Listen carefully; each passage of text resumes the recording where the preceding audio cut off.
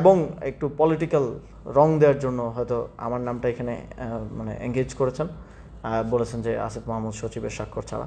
তা আমি এটা ক্লিয়ারিটি চাই মন্ত্রণালয়ের পক্ষ থেকে। আই থিঙ্ক মন্ত্রণালয় এই বিষয়ে অ্যাকাউন্টেবল বলতে আমার যদি কোনো অপরাধ থাকে আমাকে অ্যাকাউন্টেবল করবে।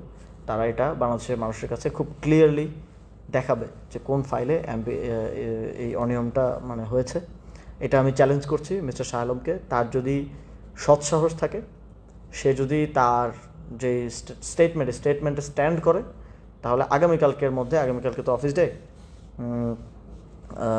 I think last office day, তো আগামীকালকের মধ্যে তিনি এই ফাইলটা জনগণের সামনে স্পষ্ট করবেন এবং উত্থাপন করবেন।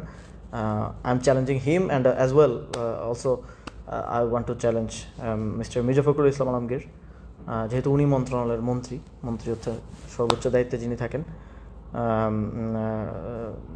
তো আই বিলিভ যে তিনি এই বিষয়টার দায়িত্ব নেবেন এবং তিনি এটা পাবলিক করবেন। আর যদি তারা সেটা না করে, তাহলে আমি মনে করবো যে আমাকে এটা ব্যক্তিগতভাবে হেয় প্রতিপন্ন করার জন্য, আক্রমণ করার জন্য তারা এটা করেছে।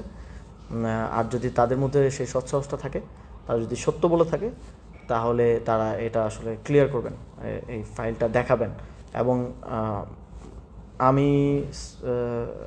আমি এটা নিয়ে ফার্দার প্রয়োজনে ফাইলটা নিয়ে আসেন, আমরা বসি।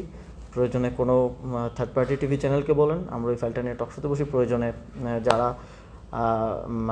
অ্যাডমিনিস্ট্রেশন ব্যুরোক্রেসি থেকে এক্সপার্ট আছেন, কোনো এক্স ব্যুরোক্রেট, এক্স সচিব বা প্রেজেন্ট বা ওই সময় যিনি সচিব ছিলেন, যাকে বলা হচ্ছে যে যাকে অগোচরে রেখে করা হচ্ছে, তাকে নিয়ে আসেন। বা কোনো এক্সপার্ট, অ্যাডমিনিস্ট্রেশনের ব্যুরোক্রেসির এক্সপার্ট যারা এই ফাইল ওয়ার্কগুলো ভালো বুঝছেন, তাদেরকে নিয়ে আসেন। কোথায় ইলিগাল কী হয়েছে, I am challenging and let's face it.